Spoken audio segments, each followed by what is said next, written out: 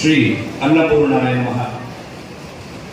ಜಗಜ್ಜನನಿಯ ಭಗವದ್ಭಕ್ತರೇ, ಈ ವರಮಹಾಲಕ್ಷ್ಮಿ ಹಬ್ಬದ ದಿವಸದಂದು ಇವತ್ತು ಶ್ರೀ ಕ್ಷೇತ್ರದ ಗ್ರಾಮೀಣಾಭಿವೃದ್ಧಿ ಯೋಜನೆಯ ಹಲವು ಯೋಜನೆಯ ಅಡಿಯಲ್ಲಿ ಫಲವನ್ನು ನೀಡುವಂತಹ ಈ ಒಂದು ಸಭಾ ಕಾರ್ಯಕ್ರಮದಲ್ಲಿ ನಾವೆಲ್ಲ ಭಾಗಿಯಾಗಿದ್ದೇವೆ.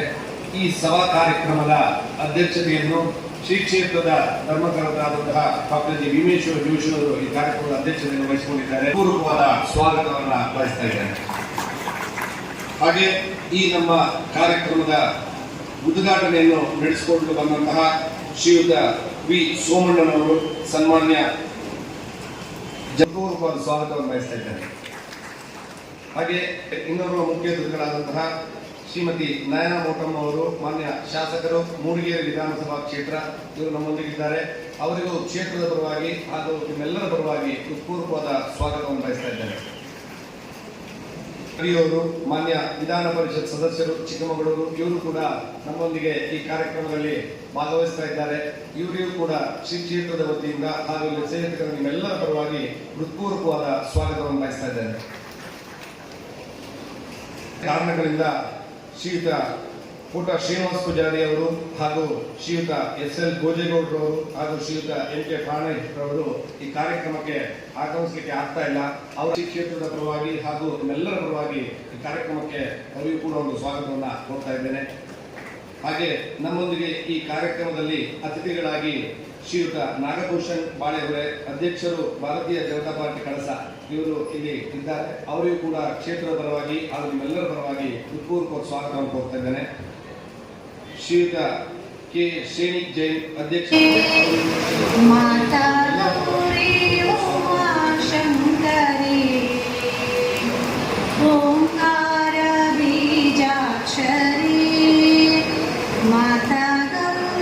जय जय जय त्रिपुरांब गजमुख जननि हरि माता गौरी काशीपुरारी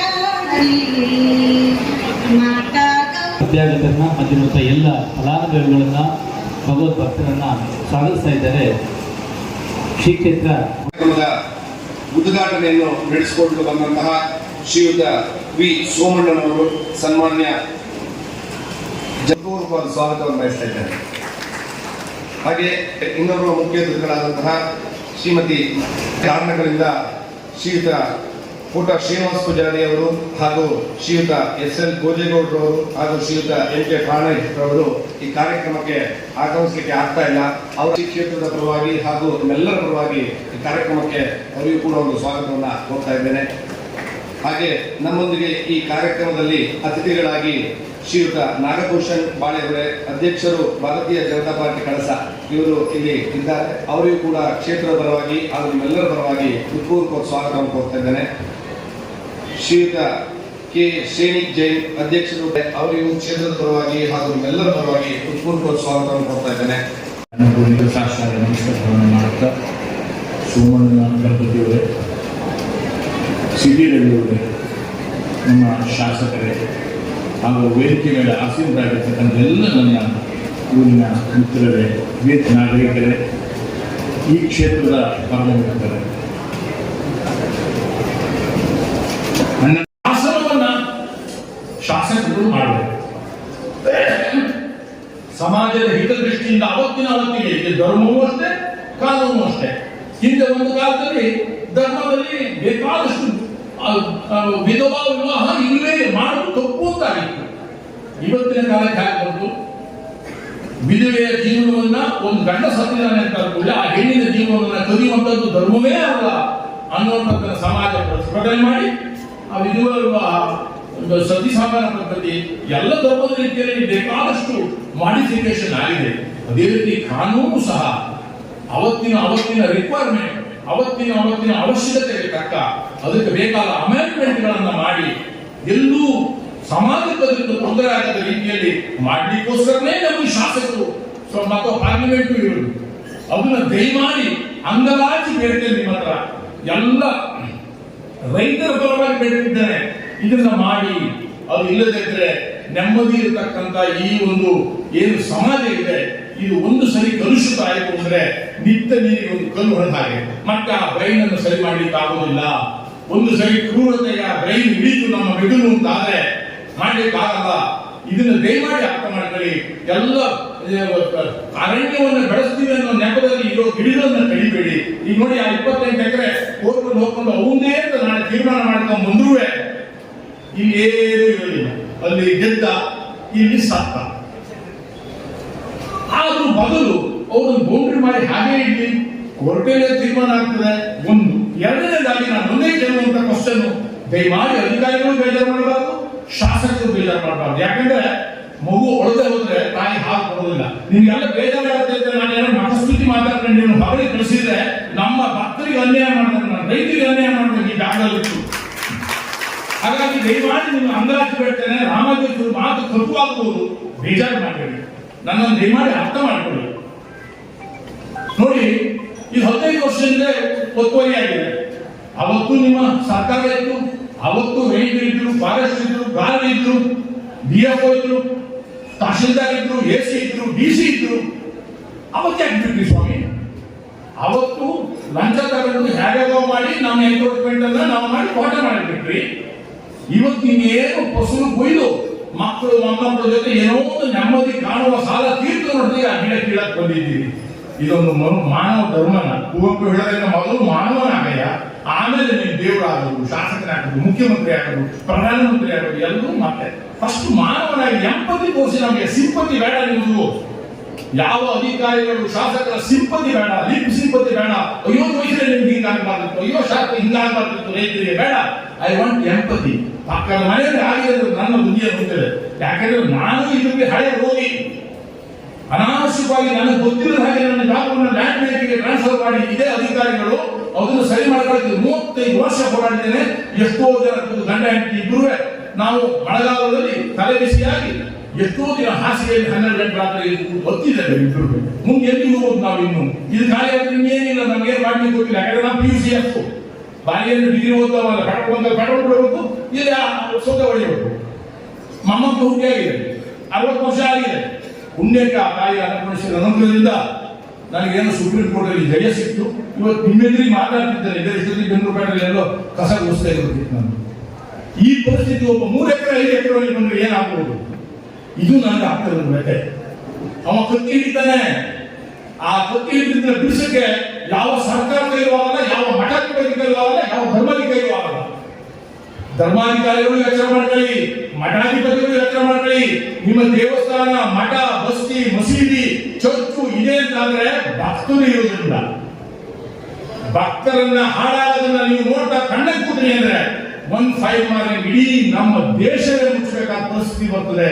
ಇದನ್ನ ದಯಮಾಡಿ ಅರ್ಥ ಮಾಡಿ ನಮ್ಗೆ ಬೇಕಾದ ಭಾರ ಕೊಡಿ. ನಾವೇನು ಭಾರಿ ಕೇಳ್ತಿಲ್ಲ, ನಿಮ್ಮ ಹತ್ರ ಸಿಂಪಲ್ ಬದುಕು ಕೇಳ್ತಾ ಇದ್ದೇವೆ. ಎಲ್ಲ ಕೆಲಸವನ್ನು ಬದಿಗಿಟ್ಟು ನಮ್ಮ ಚಿಕ್ಕಮಗಳೂರಿನ ಎಲ್ಲ ರಾಜಕೀಯ ಮುಖಂಡರು ಪಕ್ಷಾತೀತವಾಗಿ, ವೈಯಕ್ತಿಕವಾಗಿ ಏನೇ ದ್ವೇಷಗಳು ಒಬ್ರಿಗೊಬ್ರಿಗೆ ಇರುವುದು ಪಕ್ಷದಲ್ಲಿ, ಅದನ್ನೆಲ್ಲ ಮರೆತು ರೈತರ ಅಭ್ಯುದಯಕ್ಕೋಸ್ಕರ ಇದಕ್ಕೆ ಹೋರಾಡಿ ನಾನು ಉಪವಾಸ ಸತ್ಯಾಗ್ರಹ ರೆಡಿ ಇದ್ದೇನೆ. 3 ದಿನದಲ್ಲಿ ಮಾತ್ರ ಸಾಯ್ತೇನೆ. ಯಾಕಂದ್ರೆ ನನಗೆ ಹಾರ್ಟ್ ಪ್ರಾಬ್ಲಮ್ ಈಗ ಉಳಿಸ್ಕೊಂಡು 3 ದಿನದೊಳಗೆ ತೀರ್ಮಾನ ಅಂದ್ರೆ ಬಚಾವ್ ಸತ್ತೋಗ್ತೇನೆ ಅಷ್ಟೇ. ಏನ್ ಮಾಡಕ್ಕಾಗಲ್ಲ. ಒಂದು ತಾಯಿ ಉಪವಾಸ ಮಾಡೋದಾಗ ನನ್ನ ಕೈಲಿಲ್ಲ. ಆದ್ರೆ ಬರ್ತೇನೆ ಮತ್ತೆ ನಿಮ್ ಜೊತೆ ನಾನು. ಹಿಂದೆ ಬಂದ್ರಾಮೇಲೆ ಜೊತೆ ಯಾವಾಗಲೂ ಬಂದಿದ್ದೆ, ಮುಂದೂ ಬರ್ತೇನೆ. ಯಾವ್ದಕ್ಕೆ ನನಗೆ ಅಧಿಕಾರ ಬೇಡ, ಹೆಸರು ಬೇಡ, ಯಾವ ಅವಶ್ಯಕತೆ ಇಲ್ಲ.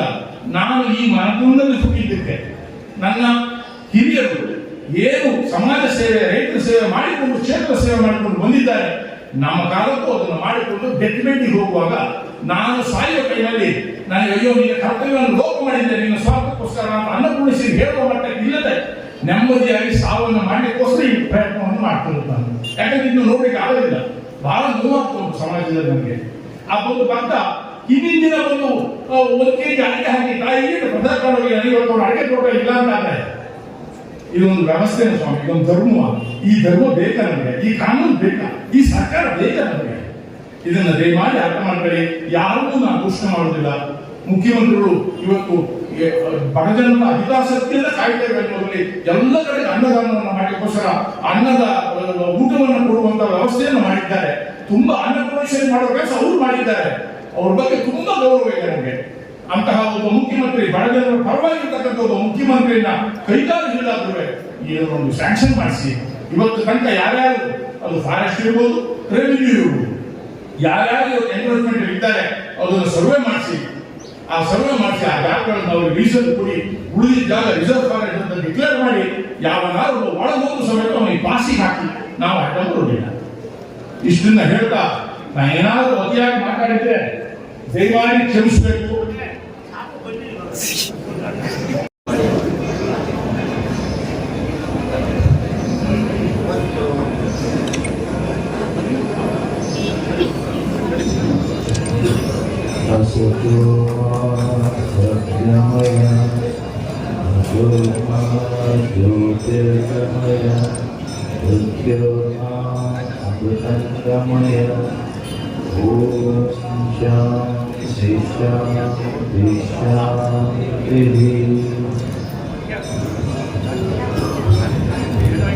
दीपज्योति परब्रह्म दीपज्योति जनार्दन दीपं हरतु मे पापं संध्यादीपं नमोस्तुते शुभं करोतु कल्याणं आरोग्यं धनसम्पदा शत्रुबुद्धिनाशाय दीपज्योति नमोस्तुते भद्रं कर्णेभिः शृणुयामदेवाः भद्रं पश्येमाक्षभिर्यजत्राः स्थिरैरङ्गैः स्तुष्टुवागं सत्करोभिः क्षेमदेवहितं यदायुः स्वस्ति न इन्द्रो वृद्धश्रवाः स्वस्ति न पूषा बृहस्पतिर्दधातु ॐ शान्ति शान्ति शान्तिः सहना भवतु सहनौ भुनक्तु सह वीर्यं करवावहै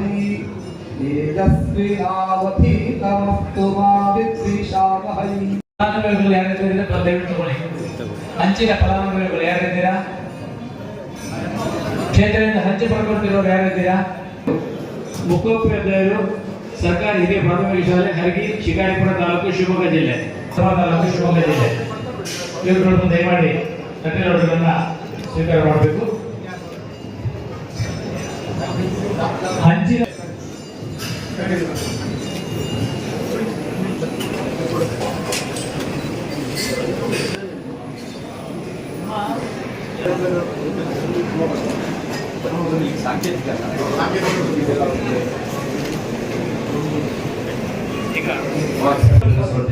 ಶ್ರೀಮತಿ ಸುಜಾತ ದೇವಂತ ಸುರೇಶ್ ಇಟಿಕೆ ಶಿವನಗರ ಕಣಬೂರು ಗ್ರಾಮ ಬಾಳೆಹೊನ್ನೂರು ಬಂದಿರೋರು ಬೇಡಿ ದಯವಿಟ್ಟು ಸ್ವೀಕಾರ ಮಾಡಿ.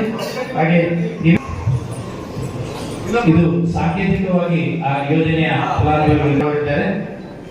ಅಧ್ಯಕ್ಷರು ಶ್ರೀ ಅಯ್ಯಪ್ಪ ಸ್ವಾಮಿ ದೇವಸ್ಥಾನ ಬೆಳಗಲಿ ಹಿರೇಬೇಲು ಅಂಚೆ ಇದರ ಅಧ್ಯಕ್ಷರು ಹಿರಿಯ ಪ್ರಾಥಮಿಕ ಶಾಲೆ ಹೊರನಾಡು. ಮುಖ್ಯೋಪಾಧ್ಯಾಯರು ದಯಮಾಡಿ ಬನ್ನಿ. ಮುಖ್ಯೋಪಾಧ್ಯಾಯರು ಕೆಪಿಎಸ್ ಬಾಲಿಕೆಯ ಶಾಲೆ ಕಳಸ, ಮುಖ್ಯೋಪಾಧ್ಯಾಯರು ಸರ್ಕಾರಿ ಪ್ರೌಢಶಾಲೆ ಅವರು ಸ್ವೀಕರಿಸಬೇಕು ಕೇಳ್ಕೊಳ್ತೀನಿ.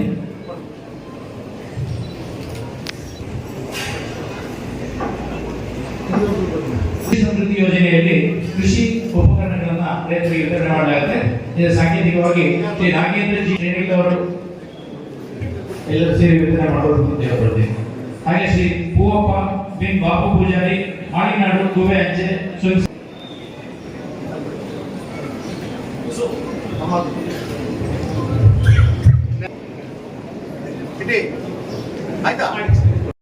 ಎಲ್ಲರಿಗೂ ನಮಸ್ಕಾರ. ವೇದಿಕೆ ಮೇಲೆ ಆಸೀನರಿರುವ ಪೂಜ್ಯರಾದ ಭೀಮೇಶ್ವರ್ ಜೋಶಿಯವರೇ ಹಾಗೂ ನಮ್ಮ ಕೇಂದ್ರ ಸಚಿವರು ಹಿರಿಯರಾದ ಸೋಮಣ್ಣ ಸರ್ ಅವರೇ, ಮತ್ತೊಬ್ಬ ಹಿರಿಯರು ವಿಧಾನ ಪರಿಷತ್ತಿನ ಸದಸ್ಯರಾದ ಸಿ.ಟಿ. ರವಿ ಸರ್ ಅವರೇ ಹಾಗೂ ನಮ್ಮ ಕಾಂಗ್ರೆಸ್ಸಿನ ಬ್ಲಾಕ್ ಅಧ್ಯಕ್ಷರಾದ ಶ್ರೇಣಿಕಣ್ಣ ಅವರೇ ಹಾಗೂ ಮತ್ತೊಬ್ಬ ಹಿರಿಯರು ಅಧ್ಯಕ್ಷರು ಪ್ರಾಥಮಿಕ ಕೃಷಿ ಪತ್ತಿನ ಸಹಕಾರ ಸಂಘದ ಮಂಜಪ್ಪಯ್ಯ ಸರ್ ಅವರೇ, ನಮ್ಮ ಗ್ರಾಮ ಪಂಚಾಯಿತಿ ಅಧ್ಯಕ್ಷರಾದ ಮಧು ಅವರೇ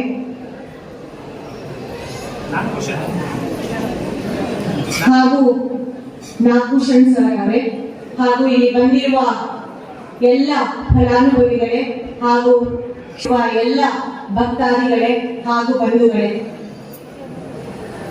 ಇವತ್ತು ಆಕ್ಚುಲಿ ನನಗೆ ಆರೋಗ್ಯ ಅಷ್ಟು ಚೆನ್ನಾಗಿಲ್ಲ. ಆದ್ರೆ ಪೂಜ್ಯರು ನನಗೆ 1 ತಿಂಗಳ ಹಿಂದೆನೆ ಈ ಕಾರ್ಯಕ್ರಮ ನಡೆಯುತ್ತೆ, ನೀವು ಬರಬೇಕು ಅಂತ ನನ್ನ ಹತ್ರ ಕೇಳ್ಕೊಂಡಿದ್ರು. ಆದ್ರೆ ಅದಕ್ಕಿಂತ ಹೆಚ್ಚಾಗಿ ನನ್ನದೇ ಆದಂತ ಒಂದು ಸ್ವಾರ್ಥ ಇತ್ತು ಈ ಬರ್ಲಿಕ್ಕೆ.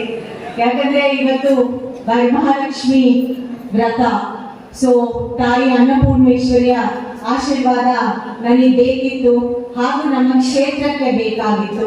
ಅದಕ್ಕೋಸ್ಕರ ನಾನು ಆರೋಗ್ಯ ಸರಿ ಇಲ್ದಿದ್ರೇನು ಇವತ್ತಿಲ್ಲಿ ಬರಲೇಬೇಕು ಅಂತ ನಾನು ಇವತ್ತು ಬಂದೆ, ಹೇಳಬೇಕು ಅಂದ್ರೆ ಪೂಜ್ಯರೇ. ಹಾಗೂ ನಾನು 3 ಬಾರಿ ಈ ಕಾರ್ಯಕ್ರಮ ಈ ಕ್ಷೇತ್ರ ಏನು ನಡೀತಾ ಇದೆ, ಏನು ಮಾಡ್ತಾ ಇದೆ ಅನ್ನುವಂಥದ್ದನ್ನು ತಿಳಿಸ್ಬೇಕಾಗಿದ್ದು ನಮ್ಮ ಕರ್ತವ್ಯ ತಮ್ಮ ಗಮನಕ್ಕೆ ತಂದಿದ್ದೇನೆ. ಇವತ್ತು ಹೇಗಿದೆ ಅಂತ ಹೇಳಿದ್ರೆ, ತಾಯಿ ಅನ್ನಪೂರ್ಣೇಶ್ವರಿಯನ್ನ ನೋಡಲು ದೇವತೆಗಳು ಆಗಮಿಸಿದ್ದಾರೆ. ಯಾಕೆಂದ್ರೆ ಮನುಷ್ಯ ಒಂದು ಗಾದೆ ಉಂಟು, ಆಲ್ ಕಿಂಗ್ಸ್ ಆರ್ ಮೆನ್. ಶಾಸಕರಾಗಿ, ಮಂತ್ರಿಗಳಾಗಿ, ಎಲ್ಲರಿಗಿಂತ ಹೆಚ್ಚಿನ ಪುಣ್ಯ ಸಂಪಾದನೆ ಹಿಂದಿನ ಜನ್ಮದಲ್ಲಿ ಮಾಡಿದ್ರಿಂದ ಆ ಸ್ಥಾನಕ್ಕೆ ಅವರು ಬಂದಿದ್ದಾರೆ. ಹಾಗಾದ್ರಿಂದ ನಮ್ಮದು ಅವರೇ ದೇವತೆಗಳು. ಕ್ಷಣ ಕ್ಷಣದ ಸುದ್ದಿಗಾಗಿ ವೀಕ್ಷಿಸಿ ನ್ಯೂಸ್ ಕರ್ನಾಟಕ, ಸದಾ ನಿಮ್ಮ ಜೊತೆ.